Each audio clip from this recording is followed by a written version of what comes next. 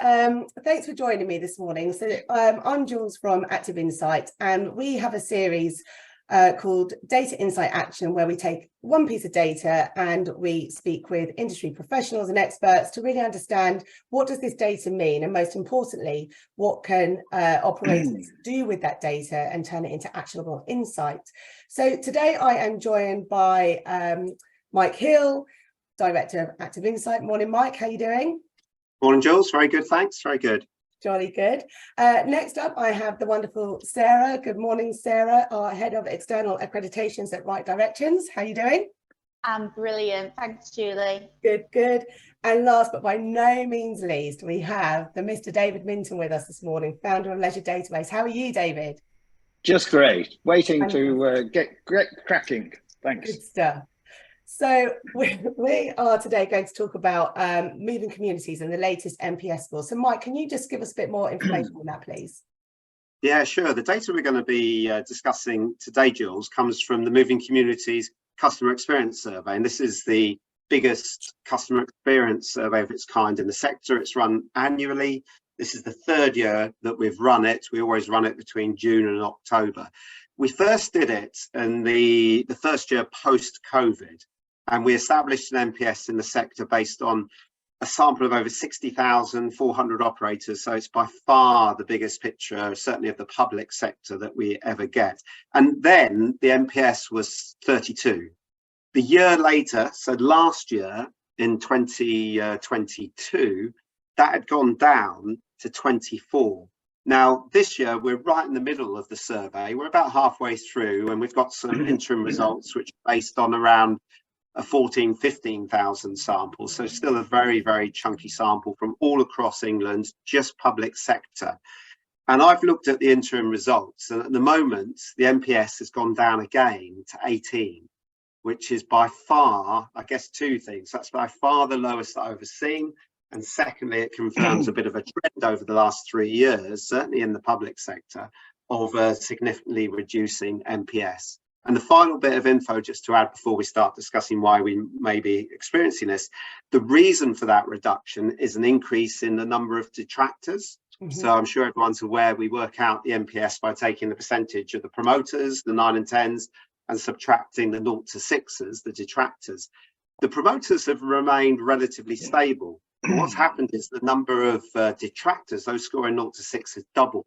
So at the moment, for example, that's sitting at around 28% detractors. So that's over a quarter of our customers and users that when we ask to score us on a scale of 0 to 10, are scoring us in that very low bracket, 0 to 6. Yeah, and it's a worry, isn't it? You know, I've never seen it so low. So, David, what are your thoughts on this? Well, why don't I start by saying I think the survey is too small. So when you think that there's 3.2 million just fitness members, let alone all the sports members, all the swimming members, all the millions of people that are using the public sports facilities, dare I say it, it may be the biggest survey, but it's also tiny. Yeah? So how much should we actually be concerned about what we're discovering from a small percentage of actual users? So, and Mike, what are your thoughts on the sample size? Yeah, I mean, gosh, I'd love to have a longer debate with David about sample size. This is interim results. As I say, it's based on 14,000. We hope to get up to 30 to 40,000. And okay, they're not weighted, and it is a self-completion online survey, so it comes with all of the concerns about that. But I guess the key thing I would say is the direction of travel, David. We've done the survey in the same way for 3 years, so you'd expect any biases to be reasonably consistent. So even if even if NPS is higher than we think it is from this survey, I think we have to accept that it's going down, that it's reducing. It may not be down as far as 18, but we've done the survey the three years in a row. We're pretty much the same operators and in exactly the same way at the same time of year. So I think the direction of travel is probably proven. Right. In which case, my next question would be, do the general public feel that they are getting a consistent level of service? So, so for example, when we go to a big brand hotel, whether it's Hyatt, Marriott, etc., we generally assume a set level of service, and our expectation is there. When we go to public leisure centres, do we have any real expectation? And and how often are our expectations diminished, by the level of service? The other thing that I think is worth mentioning, of course, is that the number of people that have actually taken people off the gym floor now, reducing staffing as far as they can. And and it makes me wonder what the difference is between a low cost that only uses PTs on the gym floor and a mid-market or a super premium club that again still only use PTs on the gym floor. And would you say, and I agree with you around the consistency part, and I need to remember I'm chairing this and not get too into the discussion, but obviously we're seeing a growth in the private sector. So do you think there is a more consistent approach there? No, I don't, no, sadly, I don't think there is. So, Sarah, bringing you into this discussion around consistency and your thoughts on NPS, what do you think? First of all, I'd like to just start by saying I'm exceptionally proud to still be working in the leisure industry. Week in, week out, my team and my Quest assessors are travelling up and down the country, and we see countless individuals and organisations who are extremely passionate, knowledgeable, and they're working really hard in what is a very difficult climate. Now, as part of their Quest assessment, all organisations complete a mystery visit and complete a customer journey. And what we're seeing post-pandemic is that 60% of the customers are still scoring either excellent or very good for their mystery visit or for their customer journey module.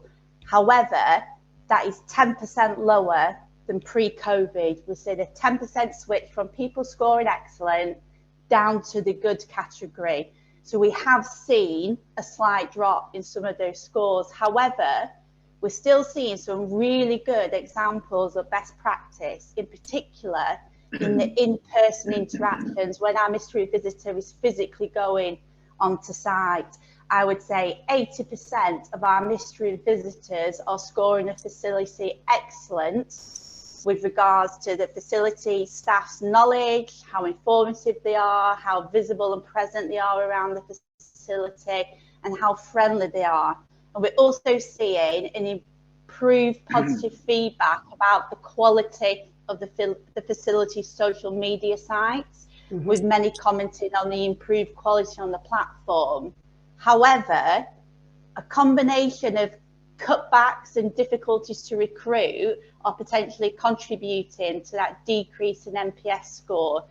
What we're seeing more on a regular basis is that due to financial pressures, restructures and cutbacks have been made. So, for example, rather than refurbishing and replacing your gym kit every 5 years, that is now being stretched to 8 to 10 years, which is going to impact upon a customer's perception and their idea of value for money in customer service. I think as well, in conjunction with that, facilities are still struggling to replace staff that they lost during COVID. Combination of unsociable working hours, perceived low pay. We really are struggling to attract new people into the industry, and potentially we could do better at promoting what are the benefits of working within some of these organisations, some of these leisure trusts, what are the benefits with regards to work-life balance, etc. Potentially some facilities are understaffed at this moment in time, and that puts immense pressure on the existing staff to deliver multiple roles as part of their daily tasks and duties. So rather than just being a pool lifeguard, they're also cleaning, they're doing sports hall setups, they're actually doing membership tours and show rounds, they're dealing with complaints on a more regular basis. So it's really important that we continue to support and upskill the staff who we have still got.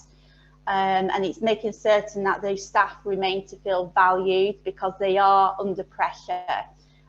Little things like you no longer have a membership sales member of staff, so perhaps an inquiry into membership or a concern about the service standard that you're getting, rather than the email being replied to within 48 hours, it's taken up to 3 days to 5 days. And then one of the other things, final point, because of this squeeze on budgets and time, we've seen that some of the non-statutory training has been put on pause or put on hold. So there are some organisations who do a fantastic induction with all of their new staff with regards to customer service. But because of pressure points and time, that refresher training that they used to do pre-COVID, every 6 months, every 12 months, that has gone on pause because they haven't got the time or the resource to do it.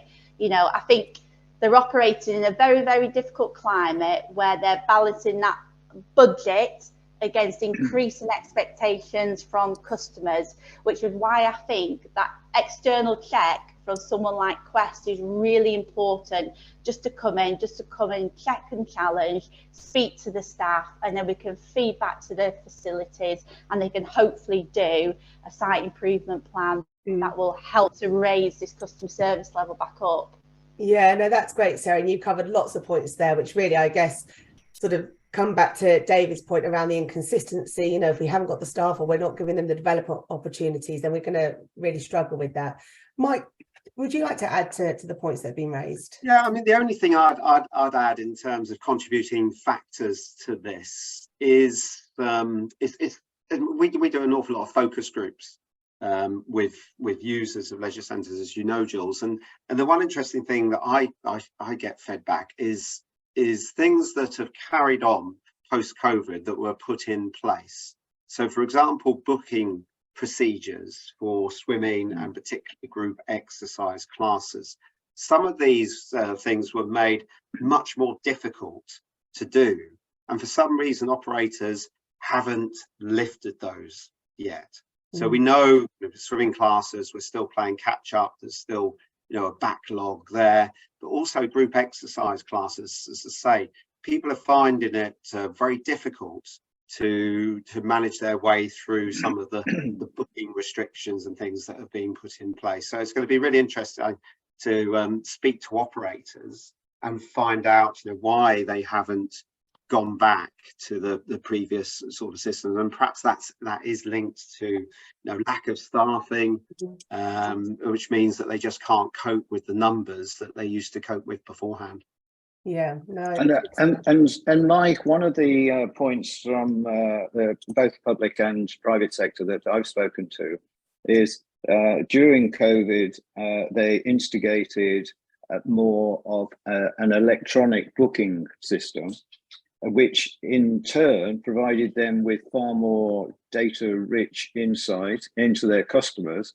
And so they are reluctant to go back to any casual booking so that they continue to gain this insight. Yeah. So with all of this in mind then, how can we help our industry? What would your key takeaway be at the moment for this, to see how we can start to improve the experience, both in terms of consistency, expectation? What was your one message to our operators? Sarah, would you like to go first? Yeah, I think it comes down to communication. Communication with your members of staff with regards to what the expectations and what support you're going to provide to them, but also communication to the members of the public. I think people look at a leisure centre and think working and managing a leisure centre is a really easy task. it isn't. People make it look easy. They've got lots of plates spinning, trying to do lots of tasks all at the same time, and people are working in there because they're passionate. I think what we need to do is tell our customers more about some of the good things that we are doing. This is why the programming has changed. This is why we're adding this service. This is why we're altering the lighting in the sports hall. I think it all comes down to communication. A one-off annual survey with your customers to benchmark and check how they are isn't sufficient. There needs to be a varied amount of tools that people are doing, whether it's an old school meet the manager, it's the management team being physically present and available and being given that time to speak to customers on a daily basis, along with the formal e-interviews and surveys and questionnaires. I think it's really important that we talk to our customers on a more regular basis. Yeah, that's brilliant. Thanks so much. I couldn't agree more about that. And the other thing that I would say is that I think we need to think about the spectrum of language in which we speak to these customers, because the customers are on their self-improvement journey, and we need to segment them by their lifestyle demands. And too often we only have one language that we're speaking to them in, and that doesn't communicate with the vast majority of the population. Yeah, no, I completely agree with that point. It's very linear, isn't it? One size fits all, and we all know it doesn't. So anything else that you'd like to add, David? Oh, that was my point. Oh, that was your point. It was a great point. Thank you. I just wanted more. Mike. Yeah, I mean, I'd add two other things. I think recruitment, we need to, I know it's incredibly difficult in the sector at the moment to get the right staff, and my concern is that that if anything, the quality of the staff in terms of their communication skills and personalities and ability to engage is getting worse, not better. So I think we need to think more creatively about how we recruit staff in terms of their backgrounds, move away even more from the focus on technical qualifications, which can be delivered later, and focus more on their personality types and their communication types.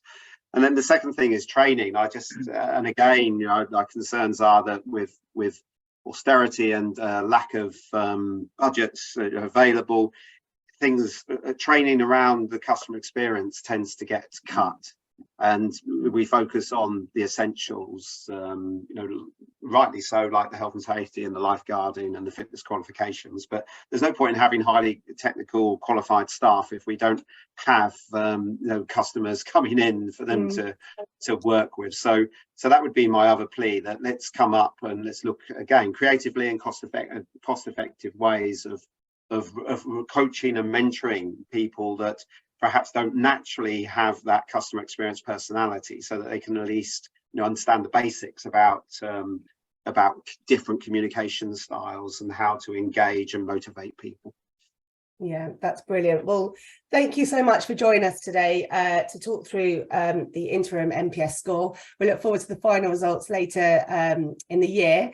But for now, David, Sarah, Mike, thank you for your time and your input this morning, and we'll speak to you again soon. Thanks. Thank you, Jules, for organising. Bye. Bye.